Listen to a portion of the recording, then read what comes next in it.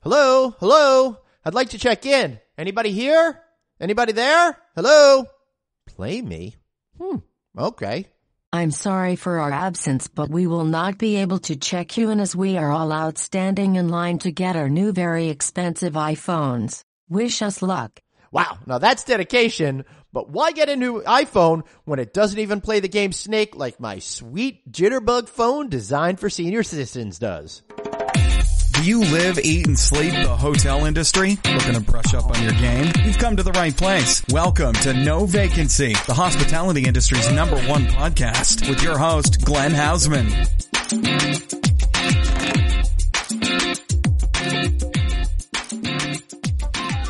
Hey everybody, and welcome to this week's No Vacancy podcast with me, your host, Glenn Hausman. As you know, I'm excited and delighted for each and every one of you to be here with me every single week on our exciting show. Be sure to check out novacancynews.com and let me know what you think of that site. We got so many great videos that I've been putting up there lately, and please check out our newest shows. I'm so excited to say that we just finally launched the Hotel Design Podcast this very week.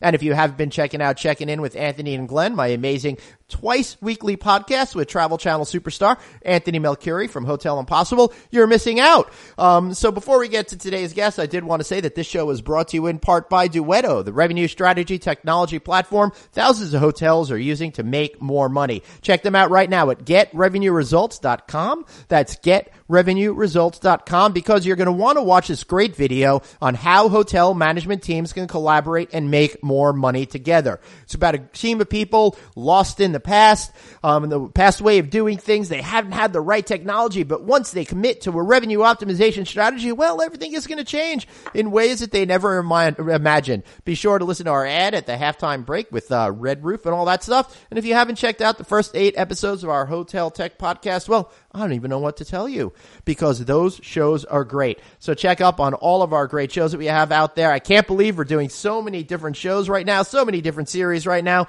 It's a lot of fun to be bringing this to you. All right. On a more serious note, I want to talk to you a little bit about hotel security, where we are, what you could do about it, where we're at. So I brought in Miss Peg McGregor. She's the CEO of Technovation Solutions, who operate the Technovation Center.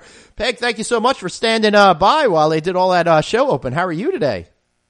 I'm good, thank you, and thanks for having me, Glenn. It's exciting to see you here today. So, okay, so when it comes to security, what are some of the things that are on the top of your mind today? Because I'm thinking about not just personal physical security, but data security, emotional security. Maybe a hotel should be handing out blankets or something like that so people can feel comfortable. I don't know what it is, but how do you see security when it comes to Technovation? So we obviously look at it 2 ways, right? Mm-hmm. One is from a cybersecurity perspective. Right. And the second is obviously from a physical security perspective. And we work down both paths. We work with CISOs in the various hotel properties that we have relationships with. And we also work with hotel operations staff, housekeepers, all of that sort of stuff. So it ranges from the perspective of really simple solutions like panic buttons for housekeeping staff, all the way up to much more in-depth protocols around cybersecurity and things of that nature. All right, so let's start with those panic buttons. Just this past week, the American Hotel and Lodging Association put out there that they're going to be working with a lot of the major hotel brands to kind of supply these panic buttons to housekeeping staff, for example. What do you think about that move, and why do you think it was necessary? So it's necessary for a whole variety of different reasons, right? The least of which is not the fact that there's any number of incidents that occur with housekeeping, for that matter, in-room dining staff and things of that sort, that are not pleasant for those staff. Right. But beyond all of that, across the country now, there have been a number of municipal ordinances, things of that nature that have been passed, union contracts that now require panic buttons for the safety of their staff. So there's a lot of good reasons why people are moving down this path and need to continue down the process. Why do you think that we're only at the point now where these things are coming to the fore and part of the cultural consciousness? Well, I think it's a matter of a couple of different things. One is probably just the available technologies, how they work, and properties having the appropriate infrastructure, the appropriate communications capabilities with staff and things of that nature. And I also think that obviously in the world that we live in, it's hard to deny the fact that there's all sorts of threats out there that people need to be protected from.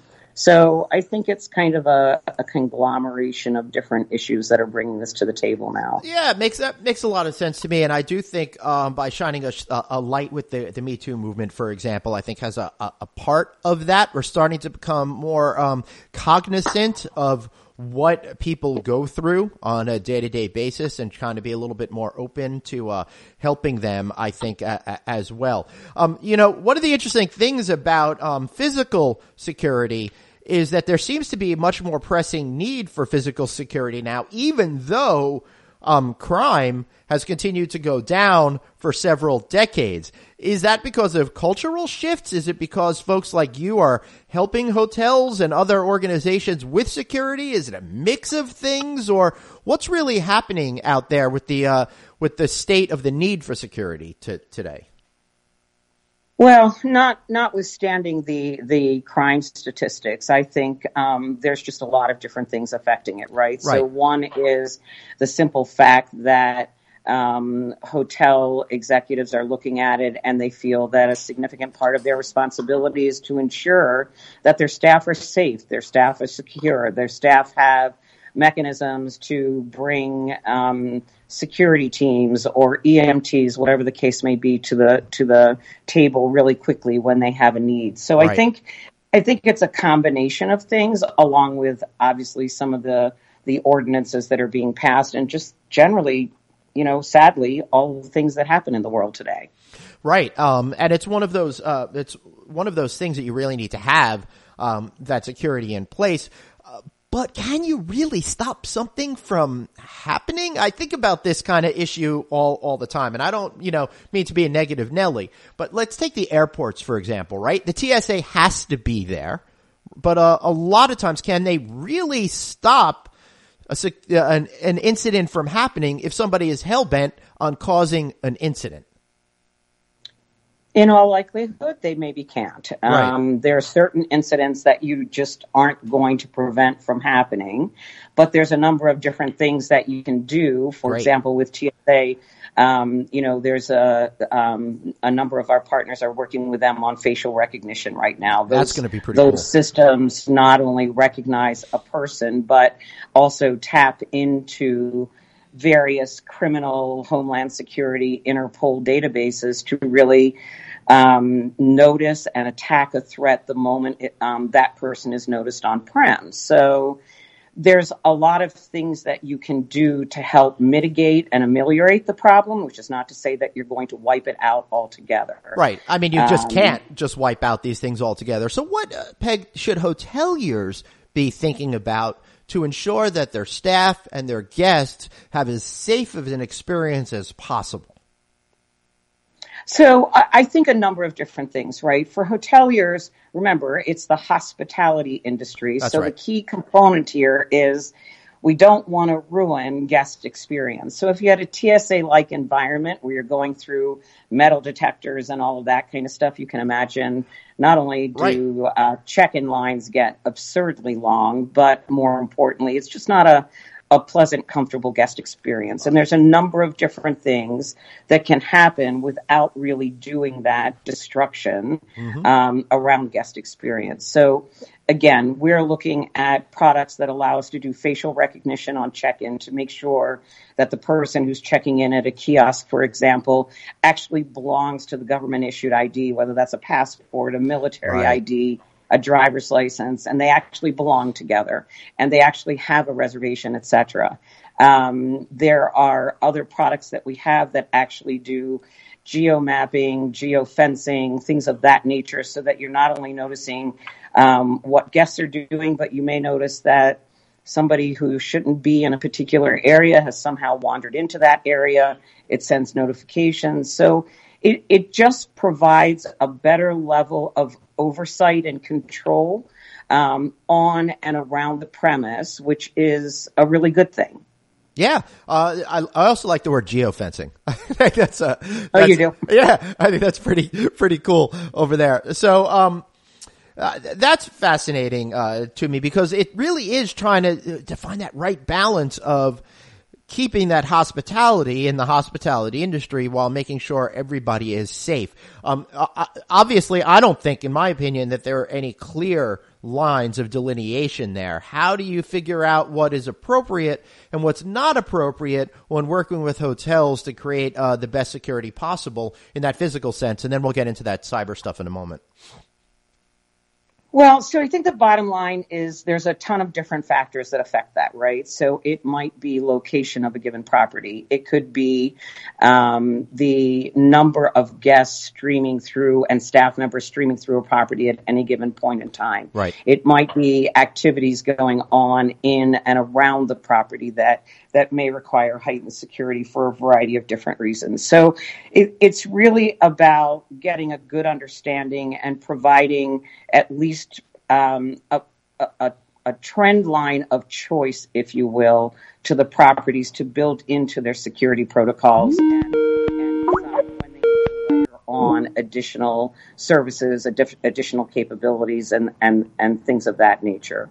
Right. That rings real true to me. But now the other issue that we have, other than that physical security, is that cybersecurity issue that's really become to the fore of the news very much lately. How are you folks involved in cybersecurity, and what are some of the things hoteliers should be aware of these days?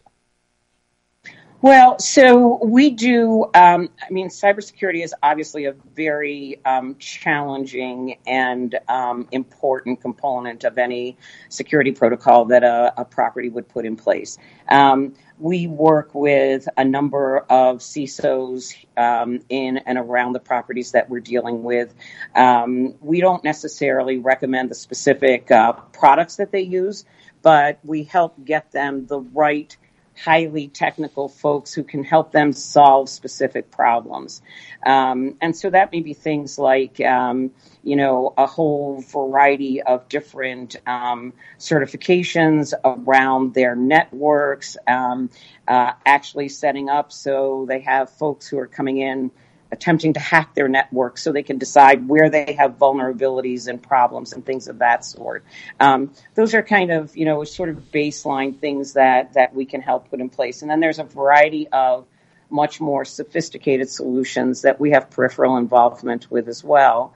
And what we try to do is pull together folks from different properties, from different organizations, all together in the same room to try and get folks talking about what's worked for them, what hasn't worked for them. It's a very collaborative process and very geared around how can I learn from mistakes that have been made? What can I do to make sure that mistake that occurred over there at property A doesn't occur over here in my property B, and so on. Right. One of the most common things in the hospitality industry is to rag on the hotel business for being a little bit far behind on technology. How far behind or how ahead, or what is the state of security in the cyber world within the hospitality industry, in your opinion, today?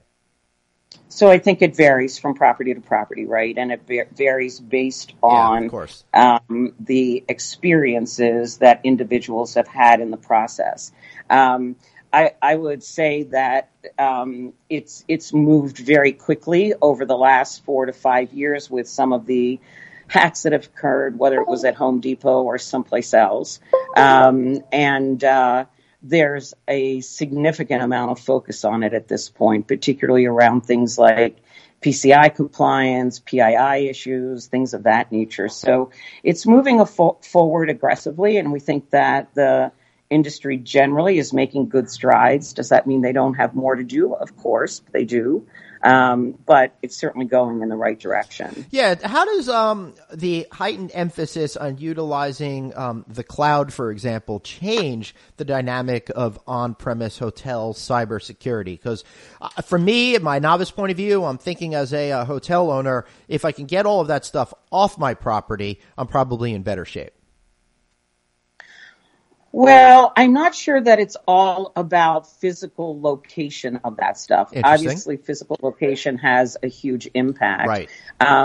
But whether you're talking about, protecting an area on the property that where your network sits and certain people have access to it, or whether you're putting the right firewalls and those kinds of things around where you are with a cloud solution, it all still boils down to the same thing. Vulnerabilities are there, and you have to look at where your greatest vulnerabilities are and build appropriately around that. And there are so many facets of it, right. that it's almost difficult to summarize it effectively.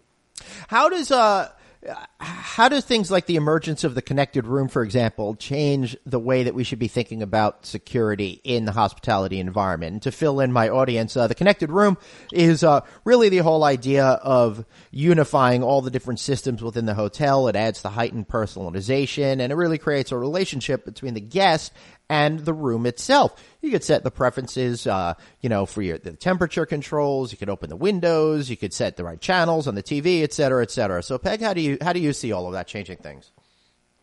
So obviously, the more you're putting into the network or onto Wi-Fi and Bluetooth devices, it increases risk and the potential for hacking. Right. But at the same time, what we do, we have our connected room product, and what we do is work really closely with a number of different stakeholders. So it's not just about the GM at a property looking to try to upgrade their room and make them really super cool and connected, et cetera, from a guest experience standpoint.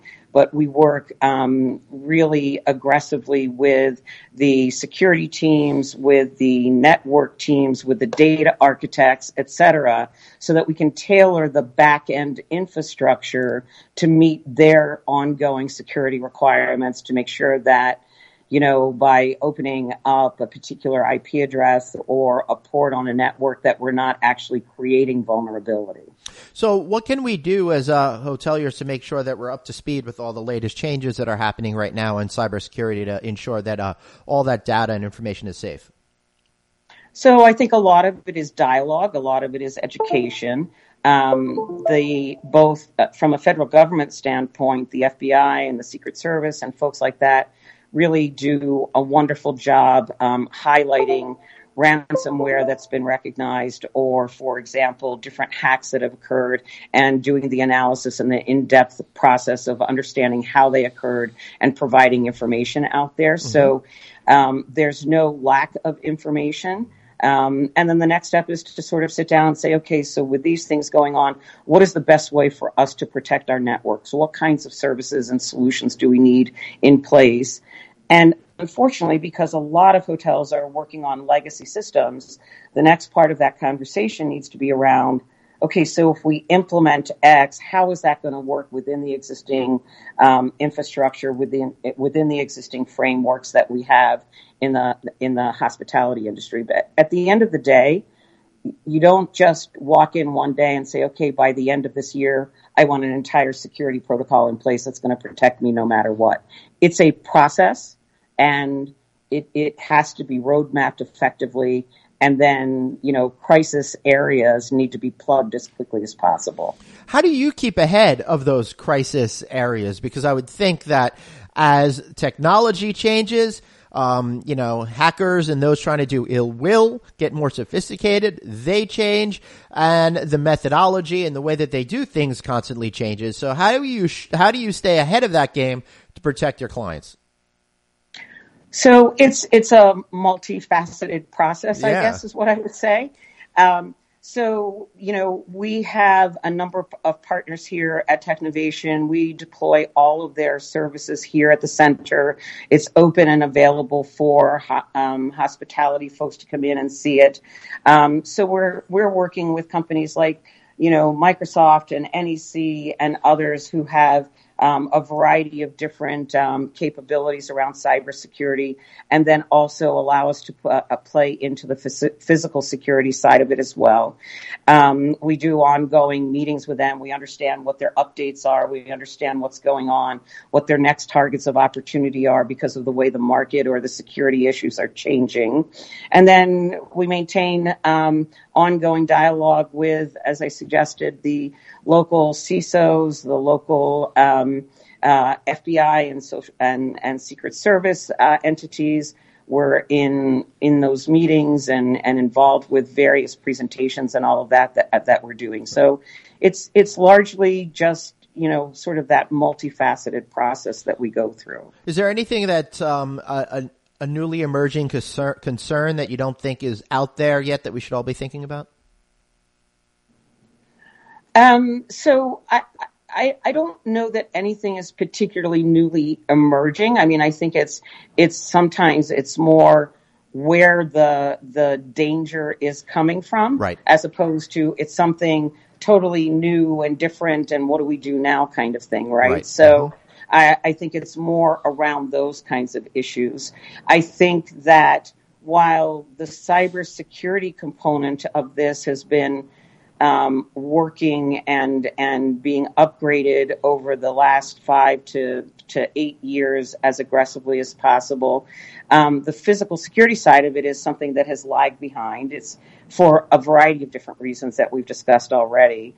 And folks are now understanding that this isn't just about somebody hacking into my computer or hacking into my network. This is about also being able to oversee my staff and know when where they're located and that they're safe in, God forbid, an active shooter event. It's also about being able to protect my guest and give them instruction and things of that nature. So what I see happening is this convergence of those kinds of security issues. Wow. All of that makes a lot of sense, which I guess explains why you're the expert, and I'm the one asking all these questions. I'm not sure that I'm the expert. Well, I would disagree. Thank you. Yes. Is there anything else that we haven't spoken about that you think is absolutely critical to share with the listening audience?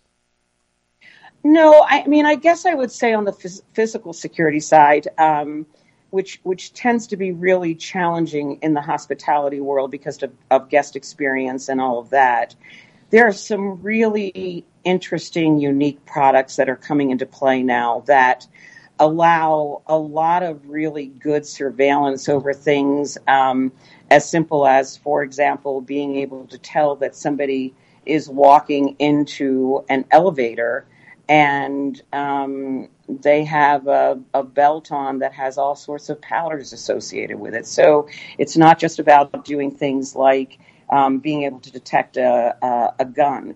It can detect plastics. It can detect powders. It can detect all sorts of things like that. So the industry is really moving aggressively in that direction, and I think hospitality is just starting to get its feet wet in looking at that. And a lot of these products can be implemented in visualization mode, so it actually gives you 3D images of where a threat is located or where an incident is occurring and whether or not the rest of your staff are safe, whether the public is safe, being able to come over and give instructions to the public, hunker down, lock your room, stay indoors until further notice, that kind of stuff. And it's really interesting to see over the last 2 or 3 years how all of that is getting pulled together to make it a very rational process for the hospitality industry. Excellent. Well, we've been speaking with Peg McGregor, the CEO of Technovation Solutions. Peg, before we wrap up today, how about giving us a good shameless plug? Your chance to say whatever you want. Great. Thank you. So we're with Technovation Solutions, and we have a Technovation Center here in Las Vegas, Nevada, right off the Strip. We have all of these different products on demo. You can actually come in, play with them, see them, feel them, and talk with the experts in the area. And we look forward to seeing any and all of you. Excellent. And how about throwing out a phone number and email address? It's P. McGregor. McGregor at technovationsolutions.com. And you can reach me on 302-757-0733. 888-473-8537. Excellent. I love it. I want to thank Peg for being here today. And on the other side of the commercial break, and be sure you listen to that great Red Roof spot. We've got Mr. Dan Cockerell, who's going to teach us all about leadership and his role as what was being a leader was like when he was vice president of the Magic Kingdom at Walt Disney World. I think you're going to really enjoy that interview. So stick around for that one. And just remember this, you're vibrating with love and light. We're all pulsating with love and light. Stick around. I'll see you right after this break. Have a question for your host, Glenn? Tweet him now at Traveling Glenn. No Vacancy, the hospitality industry's #1 podcast. We'll be right back. Hey everyone, Glenn here. So for the past couple of months, I've been sharing with you all the exciting things that have been going on with Red Roof. And today, I want to talk to franchisees looking to get in on the explosive growth of the extended stay segment. You know how much I love that segment. I'm really behind this segment. And Red Roof is getting behind this segment too with Hometown Studios by Red Roof. They're introducing it right now in a phased launch with over 30 properties across more than 20 markets with over $50 million in renovation. So they're betting big on these apartment-style studios that are going to offer the amenities guests really want today, such as upgraded decor, a kitchenette, full-size refrigerator, on-site laundry facilities, free Wi-Fi, of course, and more, and more, and more, all while continuing Red Roof's tradition of clean, comfortable accommodations at an unmatched value. And speaking of value, I'm pretty sure USA Today readers for the second year in a row named Red Roof the best budget hotel brand in America. So franchisees get that amazing brand awareness that customers already have, plus a seasoned management team and a richest in class loyalty program with more than 2.5 million members. And that just happens to be the least expensive for owners too. Man, these guys are crushing it. And that's in addition to their award-winning marketing department and a dedicated website based on their fastest in-class with mobile-first technology. Finally, with Hometown Studios by Red Roof, you'll be working with a company with a franchisee satisfaction of 94%. How great is that? And those franchisees will tell you genuine relationships, real results. It isn't just some slogan, it's how Red Roof does business. Get in on a new way to extended stay. Visit redrooffranchising.com or give them a call at 888-473-8861. That's 888-473-8861. Back to the show. It's No Vacancy, the hospitality industry's #1 podcast with your host, Glenn Hausman. Hey everybody, welcome back. Hope you enjoyed that commercial break, but now here's something I think we're all going to enjoy. I'm going to be speaking with Dan Cockerell. He's an executive that does executive leadership coaching and all of that kind of stuff, but he really started early on working with Disney, and you know what great management they have, and we're going to go through the entire story of how he became an executive coach, what he learned from working with the Disney company. So Dan Cockerell, welcome aboard. How are you, sir? I'm very good, Glenn. I'm excited to be here today to talk about everything that's going on. Yeah, man, I got to tell you, I'm so excited to have you on. I kind of like, I wasn't really in the zone when I was introducing you. I don't feel I've done it the right way. So why don't you give us a quick 30 seconds or so all about yourself and your background and, you know, how you wound up becoming a leadership coach. Okay, well, my dad was in the hospitality industry, and so we grew up moving lots of different places, and he ended up working for Marriott for a while. And so I grew up outside of Washington, D.C. I went to Boston University and studied political science because, as I tell all my audiences, if you want to work at Disney, political science is what you study to prepare for that experience. Not really. So I did that. Hey, I worked it sounds perfect to me, Dan, because I mean, honestly, with such an international group, it's really understandable that you should theoretically have some idea about how politics works on a global basis. So I'm going to give you credit for that one.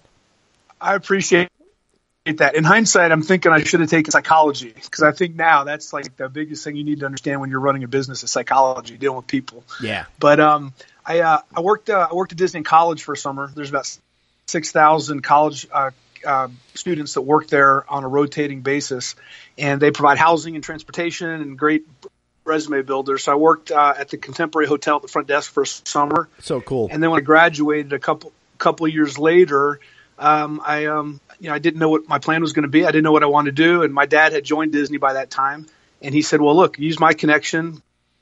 We're going to open Disneyland Paris and get that experience, and then you can figure out what you want to do with your life." Right. And obviously that ended up being my life. so I worked, they interviewed me and they said, well, what do you want to do? And I said, well, look, I'm a political science major. What do you have? And they said, how about parking? I said, I would love to do parking. In fact, I was thinking parking when I came in here. I want to do parking. Well, really, who doesn't want to do parking? Dan, you stop any kid on the street and they say astronaut scientist, parking attendant, because that's really the way it goes when kids dream. And that's the way it went. And so I came down to Florida, and for 6 months I parked cars at Epcot, right, and drove the trams. And then on January 1st, 92, I left and went over to France. The park over there opened in April, so I got there about 3 months before it opened. And talk about being clueless. I mean, I spoke a little bit of French. Yep. I had, as I tell people, my domestic parking experience now is going to blow it out to my international parking experience. And I was supposed to go there. Yeah. I was supposed to go there for a year and a half. And I met this girl in Florida, and we've now been married for 25 years. And she's from the south of France. Wow. And so we dated. We moved in together. And then we realized about 8 weeks before my visa was going to expire that we needed to figure out a plan. And so it was less of a proposal and more of an agreement. I said, well, I have a solution. And she said, what's that? I said, well, if we got married, then I could stay. And she said, I'm in. And so she still gives me a hard time about living outside of Paris and not and proposing while we're doing the dishes over the sink. So we're pretty practical people. It sounds really romantic, Dan. I love it. You know, nothing says love like a clean set of dishes. I still get a hard time about that 25 years later. Yeah. And she still asked me, did you marry me just for the green card? I'm like, well, does it really matter at this point? We got 3 kids. We've been together. We're in it for the long term. So we stayed over there for 5 years, and I worked in operations, and we moved back to Florida in 97. And then I left. I was here another 21 years. Yeah. And then left Disney a couple months ago in May and struck out to do my own thing. But I had almost 27 years of operations experience working in the parks and the resorts at Walt Disney World. That's amazing. Now I'm a total Disney geek, and listeners of this podcast will know that I'm just so fascinated by it. And I still tell people, even if you don't like the idea of theme parks, you're foolish, because it's such an overwhelming overlap with what's happening in the hotel industry, with design, with food and beverage, with crowd flow, with understanding that psychology that you brought up. And I think there's a whole lot that really meshes perfectly well. But before we get into all of that kind of good stuff, I want to let you know I've not yet been to Disneyland Paris Resort, but I'm going for a job that I have with Here to Stay TV, which is a video news channel that I do. And I'm leaving myself an extra day to go finally check out that park. I've been dying to see it now for, I guess it opened in 92, so about 25 years now. I've been hoping to get there. So I'm hoping after you could give me a good tip on how to enjoy that particular park. But now I'm interested in Dan, is, looking at your bio, one thing that really surprised me is you played rugby, and you did that in college. That's pretty cool. What is rugby experience like? 'Cause as an American, I don't think we're really exposed to that. And how do you learn about, teamwork from beating up other people on the field? Rugby was something I discovered a lot. I played football in high school, and I was a walk-on at BU for the football team. Cool. And I quickly concluded that I was too slow, too short, and not skilled enough to play Division II football. Right. And so, but I had been used to every fall going out and knocking heads with people. And so, like a lot of people, I just sort of saw a sign for the rugby team, and I knew that they like to tackle each other. And so I went out and started playing at BU rugby, and it's big on it's growing to a certain degree. But if you go to the Northeast collegiate level in the Northeast, and in California, rugby is pretty big at the men's club and collegiate level, right. And it is an awesome sport. There's a couple quotes about it. One is I call it tackle soccer, right? Mm-hmm. If you like soccer and you like football, put those together, and now you really get to just tackle people. And it's the idea of rugby. There's 15 players per side, and there's 2 40-minute halves. There's no timeouts. Right. There's no replacements. So if you come out, you can't go back in. And so I think a lot of people don't realize how it's you have to be extremely fit to play and to actually have fun doing it. And the cool thing about rugby is you got short, small, big, fast, Really? slow. I mean, you have everything out there because it takes a lot. And the cool thing is everyone gets to handle the ball. Mm-hmm. And the key thing about rugby is there's no blocking. And so the only way you get support from your team is from behind you. And so if you get tackled, the goal is not to keep the ball. It's not to get more yardage. It's to retain possession of the ball. So you have to put the ball, either drop it between your legs or pass it. And what I realized with rugby is it's so many people. You can have really good players, but unless you have 15 people working together, you never win. And Right. It was great, and it's a great experience and a great learning about how important it is to include everybody. Because I don't care how fast or big you are, you can't run away from 15 people. Right. It just doesn't happen. I love it. Well, thanks for the rugby lesson. I appreciate that. And learning a little bit about how everybody has to work together. Now, that's definitely something that is espoused every single day at the Disney company. And when you were working at the Walt Disney World Resort, you started when you came back to the United States in 1996. You worked as operation manager at Epcot. So I'd love you to go through some of the highlights of what you did and how some of the important lessons that you learned in order to develop your career as a professional. Because this is really kind of how I want others that are listening to this, the career-minded folks that are listening to my show, how you achieve promotions, how you make your way through political systems, especially a company that's as rigid as I perceive Disney to be. So what was it like working there on a day-to-day basis? And I guess the first question is, how do you manage to have a magical day every day, even when you're feeling down? Well, you don't have a magical day every day. Yeah. you tell people you do. Yeah. But I think that's the idea of when you watch, and I'll come back to sports or anyone who's a professional. When you watch professionals, they make it look easy, and they focus very hard not to have bad days. And I think that happens at places like Disney and companies who take the business seriously. Is you can't have bad days. You got to come in every day, and you have to figure out a way to make it all happen and get the right attitude. And a lot of people are counting on you. And I discovered that responsibility over time is as you move up in an organization and have more influence, how you carry yourself, your attitude, how you deal with people and treat people, it ripples. It ripples across the organization. And that's how culture is. And so everyone gets to influence the culture, but you got to take that responsibility very seriously. And you can't be kind of flippant about what you think about things, and you need to be consistent. And so I learned over time is coming in, I think, we talk about who the heroes are, the heroes who do these great things. I think the heroes are the people who come in every day and do a great job day after day after day. Because as we remind our cast members, guests coming to Walt Disney World, for some of them, this is a one and only time they were ever going to visit, because it's not a cheap place to visit. And they'd been saving up for years. And so although you've been working there for a couple of decades, you got to treat that family like it's the biggest, most important day ever. Right.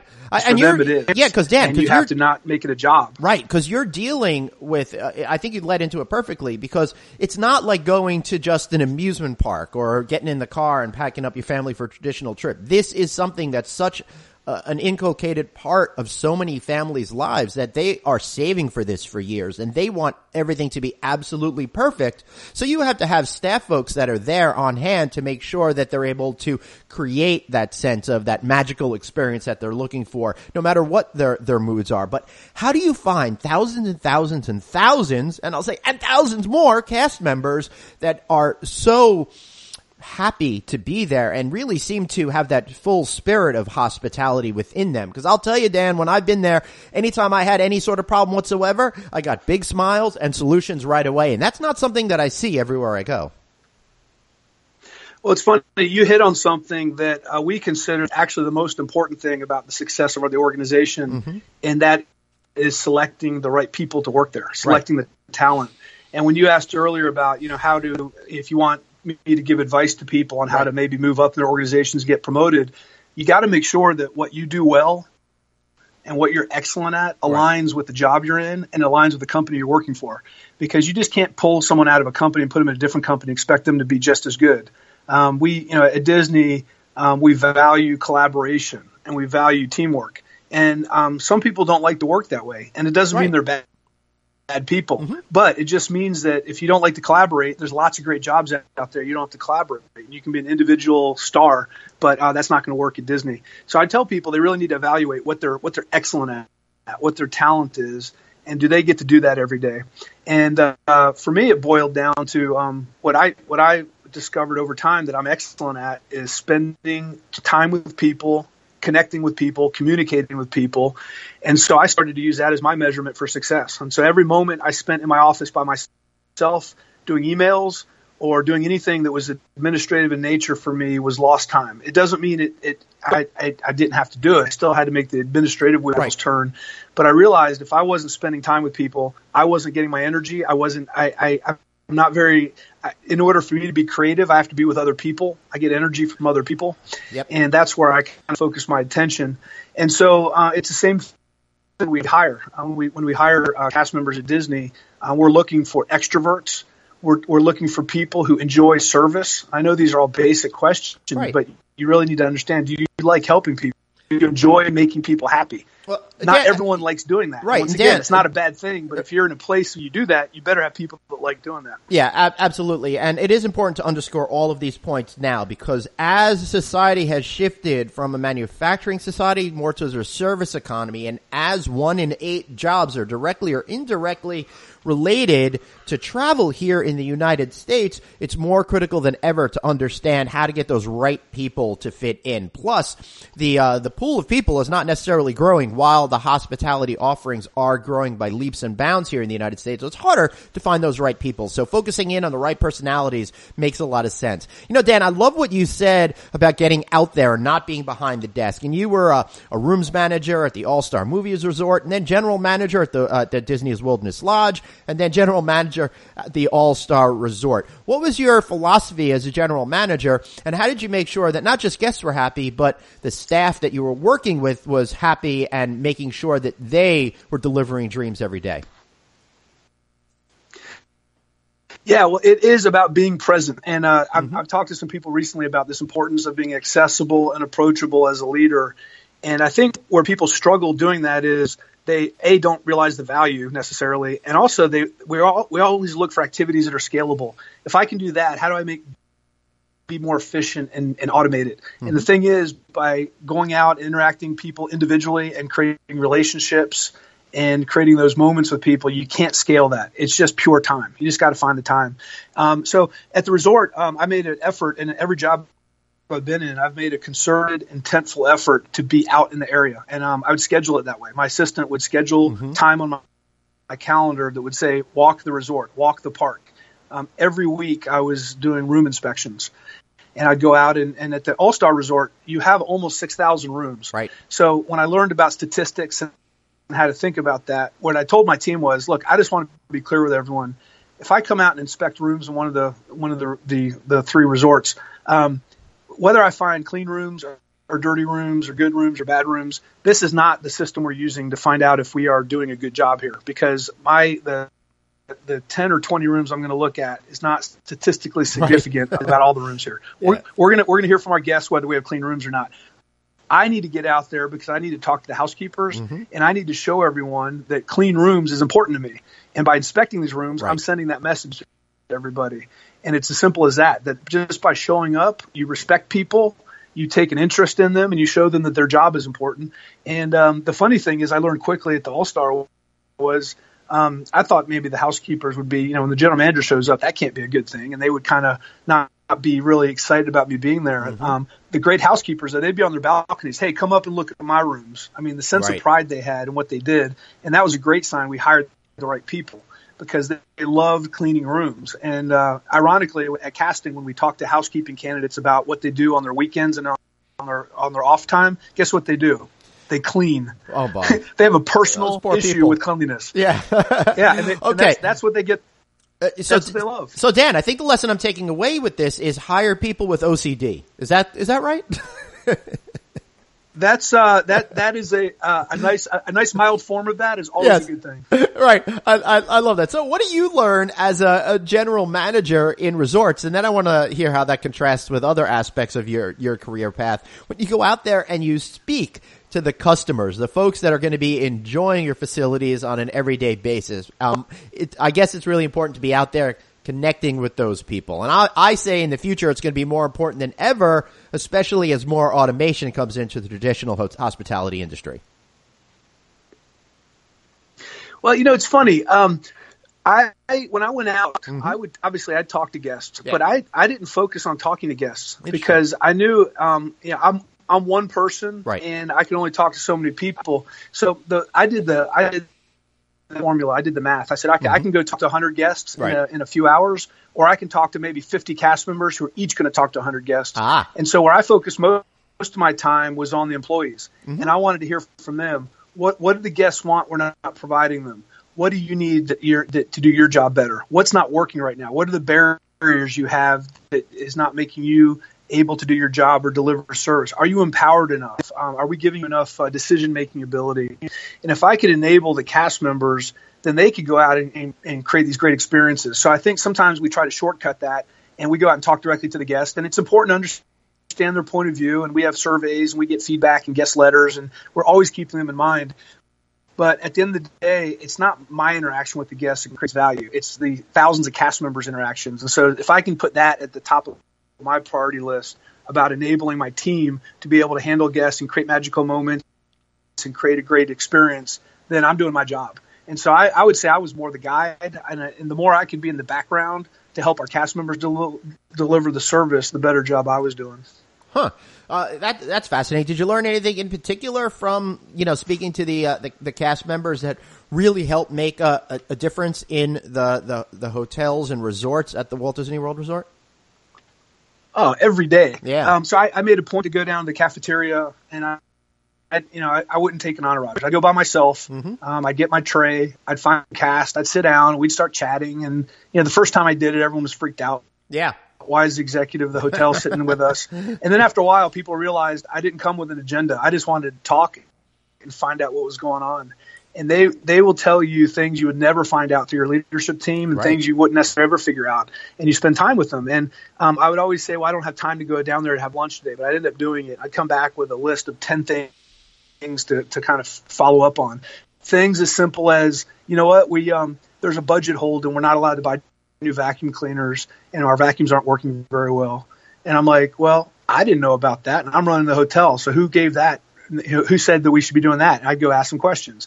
Or a housekeeper would come back and say, we have a new cleaning product, and it's not as good as the old product. We don't know why they got rid of it. And so I'd say, well, okay, I don't know either. So I'd go back and find out that, there's a new law or policy in place about the kind of chemicals we can use. So I wouldn't necessarily fix their problem, but I could go back and tell them, here's why we changed the products out, and here's the purpose behind that. We didn't do it just to make your job miserable. We did it because there's a very specific reason in place. When we designed new rooms, when I was at the Wilderness Lodge, I remember we brought a housekeeper in to look at the model room. Because when I looked at it, I said, have we brought in a housekeeping team to look at the room? They said, well, no. I said, well, they spend a lot of time in here. We should have them look at it. And sure enough, she came in and she identified an issue where you couldn't access behind the armoire where the TV was.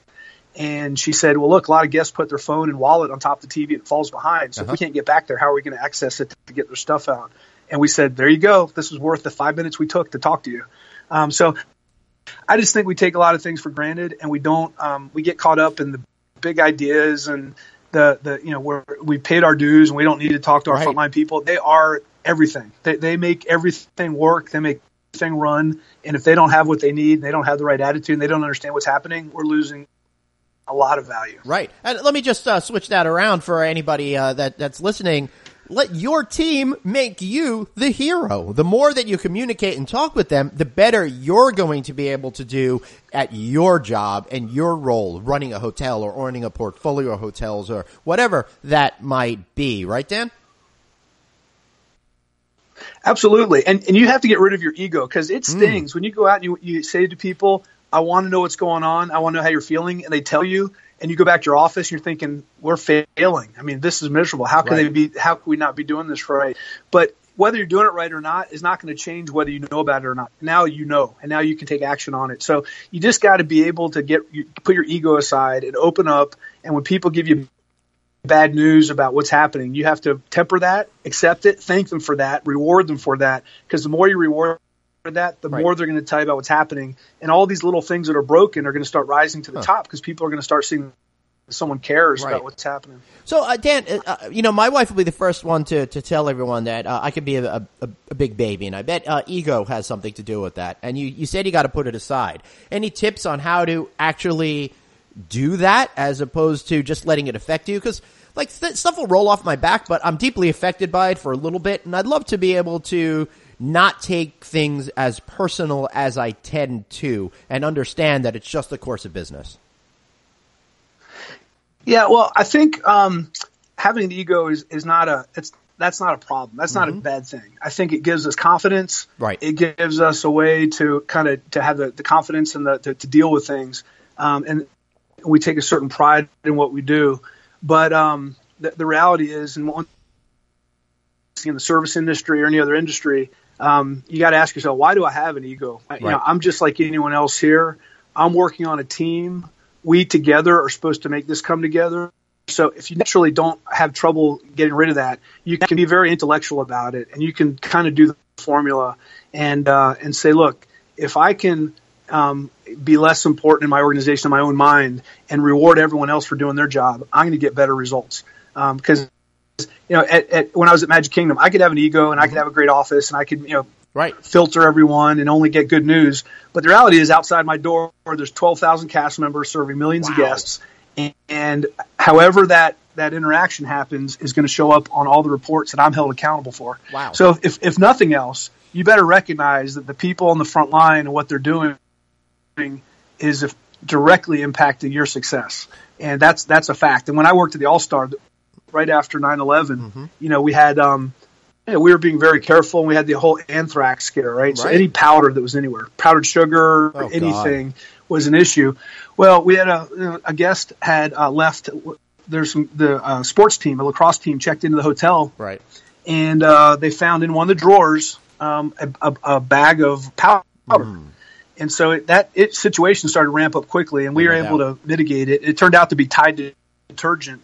But the bottom line was, in a 6,000-room resort, every room had an armoire with 6 drawers, and in one drawer, in one room, in 6,000 rooms, that was in one drawer, and it almost cost us a huge media and a national news. And the bottom line was, the only way I could avoid that was keep focusing on my housekeepers and tell them how important it was to pay attention to detail and reward them for doing a great job.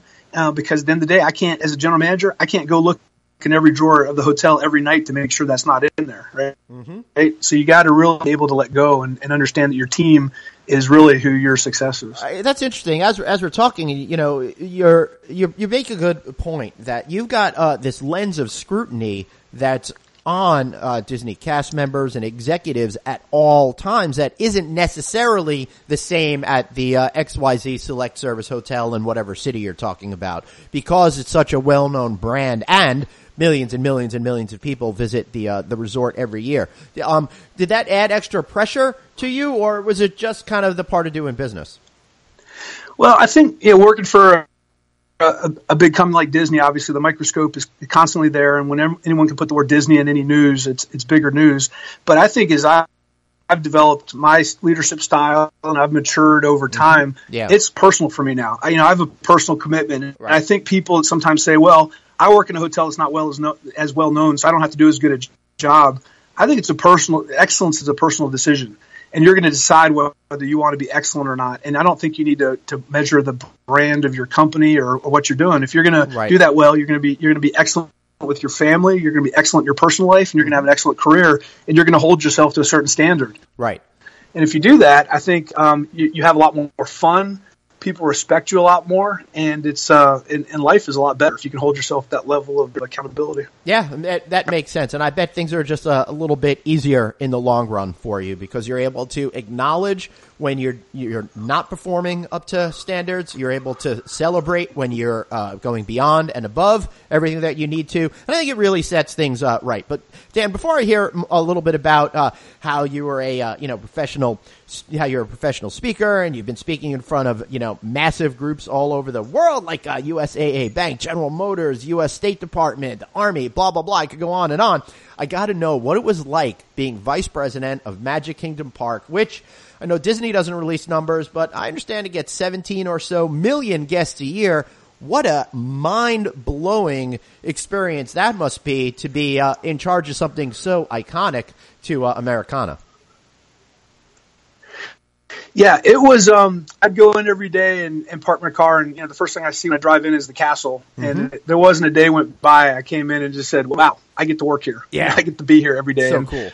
All the stuff, all the things that would happen every day, the millions of people that came every year, and the celebrations and the moments, these were big life moments for them. And we got to be part of that. And it was all the things I prepared for through my Disney career, understanding attention to detail, understanding how important it was to create an environment and a culture where people felt valued and they felt like they could speak up.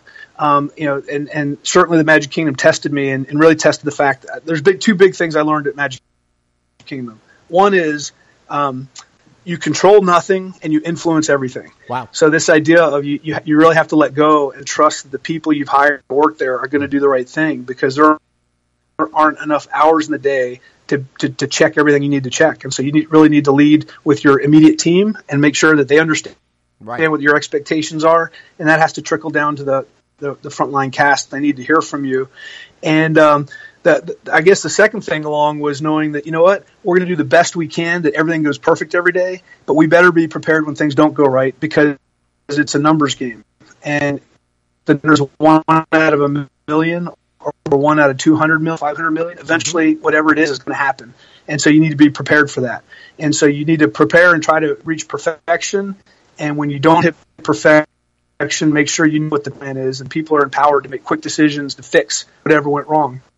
And as long as we could get those two things right, a lot of great things happened there. But it was a heavy responsibility, and I knew like to your point, how iconic that place was, and it was really an honor to be associated with a place that was had so many great memories and so many families' minds. Yeah, man, because there's a lot of pressure that you're dealing with. Now, earlier in the podcast, I mentioned how I'm going to go to the Disneyland Paris resort that's there, and I'm totally bummed that Mystic Manor, the haunted house version that's there, happens to be closed through the end of the year, and I won't get to see that. So I can imagine that family, for example, that has been saving for all those years and shows up and something doesn't meet the vision that they had set for themselves, realistic or not, how that really affects everything and how much more challenging it makes it for yourself and any of the other cast members while you were there to really help deliver on all of those experiences, when certainly things didn't sometimes go with the way that people perceived that they would go, whether or not it's fair or not.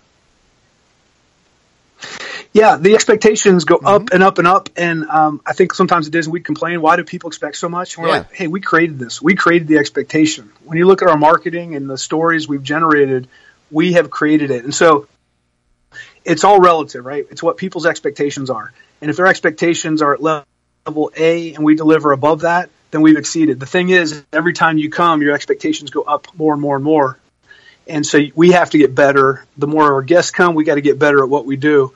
And like you said, being able to, I think the biggest thing I think we've learned over the past few years is the speed at which things happen and the speed at which people expect things to be addressed. And so, a lot of companies are doing that. We're getting into the game around monitoring Twitter. This idea that, I have a problem here, and we tell them, well, when you get home, write us a letter and tell us what happened. Right. Those days are over. Yeah. It's like, I'm here right now. Why can't you help me now? And we want to help people immediately and reset their whatever we can do to make their experience right. Because once they get home, all we can do is invite them back or give them a refund. Yeah. But if you're here today, I can take care of you here today. And we're doing some really cool pilots in the resorts where you can actually get the general manager's email and phone number and either get them on the phone or the duty manager of the hotel, and we'll handle stuff real time. Right, and I'll add to that, Dan, that I fundamentally believe that people are forgiving in nature. They want to be heard and listened to. They don't necessarily expect everything to be solved in a very specific way, but if you acknowledge it head on, say, take responsibility for what happened and then work to find a solution, I think the majority of times, even in those 1 in a million chances, that something goes wrong happens, those situations, you still wind up making the guests, I think, happier than they would have been if nothing had occurred in the first place. But you got to do it the right way. Agree. I did a speech a couple weeks ago and someone asked me about that. How do you prepare people to recover situations? And there's a model we've been teaching at Disney for years. It's called the LAST model. And the LAST model, and everyone uses it. I use it, our frontline cast use it, and it basically represents you listen, you apologize, you solve, and you think. And a lot of times what people do is either they don't listen at all, I can never get you on the phone, or once I get you on the phone, you go right to the solution. Right. And you've robbed me of the opportunity to talk about what happened and why it happened, and the empathy doesn't happen. And psychologically, I'm not in as good a place. So it's a really simple model, but it works extremely effectively when you're dealing with people who maybe haven't had the experience they thought they would. It sounds like that's great advice for people in the hotel industry and marriage counselors. I think it's the exact same kind of thing right there. So Dan, I'm curious I feel like I could talk about, Magic Kingdom all day because I've been going there since I was 4 years old and absolutely love it. But I think it's great. I want to hear all about what it's like being an executive coach. And I know you're doing one-on-one coaching and team coaching for individuals and groups. What are those kind of groups looking for, and what are some of the things that you're able to share with them? Yeah, so my main focus, there's three areas I'm sort of teeing up as opportunity to share with people. One is keynote speeches on service, on culture, on what my experience at Disney. Another one, to your point, is team dynamics and coaching people on how to create cultures that thrive. And the last one, I've come up with this concept of a virtual COO. So right. Smaller companies that don't have a chief operating officer who maybe need some help to think about strategy and that kind of thing, I've offered my services. But I'll go into I've had some senior leaders call me and say, hey, I'm having a team retreat, and I'd like to come in and maybe do 4 or 5 hour half day work session on taking the team through how we can improve. And sweet. A lot of times they stop at that, and they're like, you work at Disney, you know how to do this. And so I tell them more about, okay, here's how we'll approach it. And a lot of it is it's behaviorally based. I think a lot of times we talk about creating culture or being inclusive. We talk about diversity, but we don't go the next level to talk about behaviorally and tactically how you actually make that come to life. Interesting. And that's where people they'll hear a great YouTube video or a keynote speech, and they'll come out and they'll say, I want my people to feel special. But then they get back to work and they're like, well, I don't know where to start with that. What do I do first? Right. How do I make that happen? And so what I'll go into organizations, I'll say, look, I'm here. I'll work as hard as you will. I'm here not just to tell you what you need to do, because at the end of the day, you really know what you need to do, but I want to tell you how to do it. And once again, it's I have a big belief that you represent what you do, what you believe in, what you're passionate about really doesn't matter. If you don't take action and do things, then it really isn't. You really don't believe in it. And so I always challenge people, and I say there's a gap. At home with your family, at work, the gap is here's what I want to be, and here's what I do to be that, and there may be a gap. So, I want to be fit and I want to feel good. All right, then why did you go to Steak and Shake 3 nights in a row? Right. Or I want to be really, I want my kids to really look back on their growing up and really think about me fondly. All right, so then when they ask you to read them a book, why do you tell them? So it's just holding yourself accountable and discipline to follow through on it. So when I meet with these teams, I talk to them about that. I share my experiences, and I tell them, here's the mistakes I made, here's what I did well, here's what seems to work well, and then get them to make some commitments to start some behaviors that may start to move their culture in the right direction. Oh, excellent. I love it. Now, the last thing I want to talk to you about is that whole idea of going off on your own and starting a new business. I started the No Vacancy podcast a little over 2 years ago, and my company, Rouse Media, at the beginning of 2016. And it took me a full year to get set to go and make that move, to take that challenge, to force myself to break out of what I was used to and try something entirely new. What was that process for you, for leaving a company that you were with for decades to go and take on a new challenge of being on your own, which is a super crazy, risky thing to do, or at least that's what people told me after I quit my job, Boy, I'm not feeling as good about my decision anymore after you put it that way.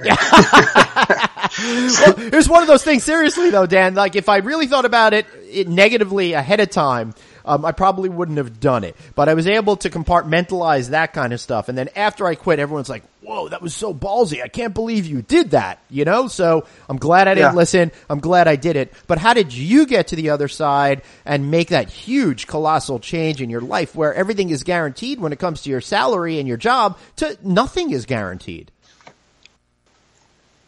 Exactly. Well, it's funny. I'm going to blame my wife for most of this. So and to your point, it took us about a year to come to this conclusion. Okay. Uh-huh. My wife, as I mentioned, she grew up in the south of France. She moved to England when she was 16 years old and was an au pair. She took care of some kids there. She learned to speak English there. So she's always been the adventurer. She's always been the one. And we go off on these crazy trips to Northern Africa, to Tunisia, and Morocco, and Japan, and so we were about a year ago. One evening we had dinner, and she goes, "So, what are we doing next?" And I said, "Well, we're going to watch Breaking Bad. We're on season 5, and then we're going to go to bed and have a big day tomorrow." She goes, "You know what I mean? What are we doing next with our life?" And I was like, "I don't want to talk about this." Right. And so we had some conversations over time, and the question was, "Hey, our kids." We have 2 out of the house. The next one next year is going to be going off to do something. Mm-hmm. And Orlando's a great place, but for 20 years, we've been doing the same thing, and we've learned a ton, but there's so much more out there to see. Right. And the one thing we kind of concluded was the only thing we need more of is time and flexibility. And so when you talk about risk, psychologically, it was a hard decision to make because we've been working for the same company for almost 27 years. Right. You are emotionally connected, and you really are, and it's hard to understand if you can make it on the outside. And when you've had a specialty person to do everything in your job, and all of a sudden one day you're in charge of marketing, and you're in charge of finance, and you're in charge of everything, and the paycheck doesn't roll in on Thursdays. It's a different deal. But we made the leap, and her point of view was, hey, let's just go do this. And then, you know what? If this doesn't work out, you can go get a job. Right. I said, well, I don't want to go get a job. I want to do this. She goes, well, make sure it works out. And so, like I said, we sort of recalibrated what our goals are. We raised our kids in this great house in Orlando, and we got it on the market now. And I think the other thing we concluded was, you know what? We don't need more. We need less. Right. And we need to just simplify our life and go really enjoy these experiences. And we've always been that way, but I think we've really ratcheted that up now. That's the priority for us. We don't want to go buy a boat, and we don't need a second home, and there's a lot of stuff we don't need. We're just really realizing there's so much to see in the world, and there's so much great places to visit, and the people I'm meeting as an entrepreneur, everyone has been so generous with their resources and their time and their advice, and it's kind of fun being a little fish again in a big pond and relying on people to help me out. Oh my goodness. I mean, that's unbelievable that you would be able to take that risk. But I think it goes to a lot of what people are thinking about and experiencing in their own lives. I think you get to a point in whatever career path that you've chosen that you kind of hit a wall and that you don't know where you're going to go from there. And you could either choose to be complacent and go through the motions, or kind of challenge yourself to reinvent yourself and find that happiness again. So no matter how challenging that year was for you as you were planning to do there and then taking that risk and trying to build that business, I've personally found that while there's a lot of complications and while it's much more of a challenge overall, it's extremely rewarding, and I feel in control of myself, and I feel that, maybe I could use a little bit of executive coaching, but other than that, I think I've really wound up in a much better spot that's going to help me grow as a human being and as a professional at the same time. And I hope that you're finding the same kind of a thing. Yeah, absolutely. And I think timing is important.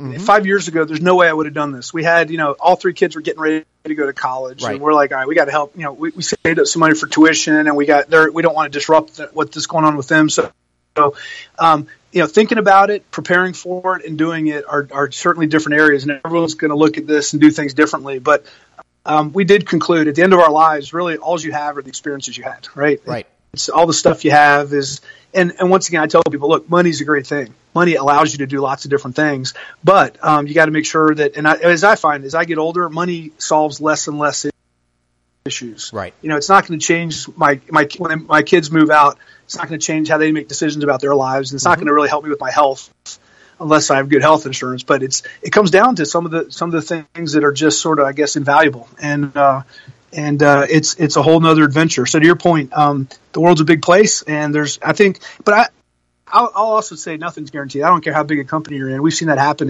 Things happen in companies. And I think we just feel more better when we're associated with a big company because, it's established and we're not just kind of out there doing our own thing. But I think once again, I'm finding that people have this idea of, look, I'll help you, you help me. I got someone that needs some help and you're probably better aligned to do this than I am. And you start to just kind of form these relationships with people to help each other out. Right. And for me, personally, one of the reasons that I chose to move on and create my own business is I wanted to be in charge of my own future.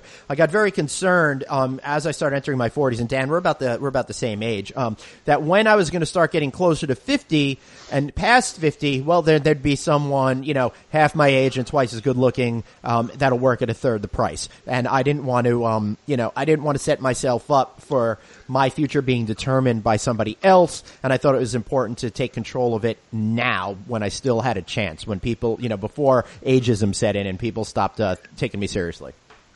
Yeah, it's a good thing to think about. That's something else we considered. I'll be 50 next year, and it's like, all right, we here's a decision point. We ride it out and stay with Disney, do some stuff till the end, or we just kind of totally reinvent everything, and we can still do it while we're relatively young and we're flexible and we can enjoy things. So yeah, right. It's a good way to think about it. Excellent. So, before we wrap up, I'd love for people to learn how they could find you and engage you. Some good shameless plugs here, Dan. I know we got, dancockerell.com. That's Dan, COCKERELL.com, but give us a little bit more on how they could find you and what you offer. Yeah, so my website kind of has everything. They can contact me there. There's a place, my cell phone number's on it, my email, they can send me a message. And I also, for 18 years at Disney, I'd been doing an article of the week. So I'd kind of curate an article and send it out to my leadership team. And I did that, and that was one of my commitments to develop people. I talked about earlier, if you're really serious about development, then you should be doing something to help develop your people. I'd send out a weekly article, and I've continued that. So if people go on my website, they can subscribe to my article of the week. It comes in every Friday morning, and I find just a good article that I think is relevant, and I put some comments on the front of it and send it out. And for me, it's just food for thought. It's just, hey, every week, if you don't have time to read, here's something to read, and maybe you'll get a little nugget that'll help you deal with something a little better. And it's a way to stay connected. So if people want to go on and subscribe to that, it's a great way to just kind of see what I'm up to, and if they need any help with anything else, I'm available. Awesome. And I'm going to do that right now. If you go to dancockerell.com, scroll all the way down to the bottom, you could go and subscribe there. And while we're talking subscriptions, if you're not getting the No Vacancy newsletter, text the word hotel to 66866 and you'll get our newsletter every single Sunday night. Dan, any final thoughts? No, once again, I just want to thank you. Great questions today. Thanks. And I really love talking about this. And as I've learned from, I think, probably career management and raising kids and being married, there is no right answer. Everyone has their own path. And I think what you need to do is decide what's important and then decide when you can support those kind of things to bridge the gap. And if you can be true to yourself and commit to the things you think are important, I think you're much more satisfied with your life. Great. And then don't forget, work your butt off. Don't ever stop. I work almost every waking hour that I possibly can because I know it's going to set a foundation for future success. And when you've got your own business, it's all about you. Or if you're early in your career, you really need to make that impression in order to move up the ranks, just like Dan did, holding all those amazing positions until he finally hit the VP job at the Magic Kingdom. Dan, thanks so much for being here today. And I want to thank everyone else for listening today. I had such a great time, and I will be back next week. That is, unless I just decide to quit this thing and get myself a job at the Magic Kingdom. I really want to see those utilidors. Thanks for listening. See you next week. Thanks so much for listening to No Vacancy, the hospitality industry's #1 podcast with your host, Glenn Hausman, online at rouse.media, on Twitter at Traveling Glenn, and on Facebook.com/Glenn.Hausman. We'll catch you next time.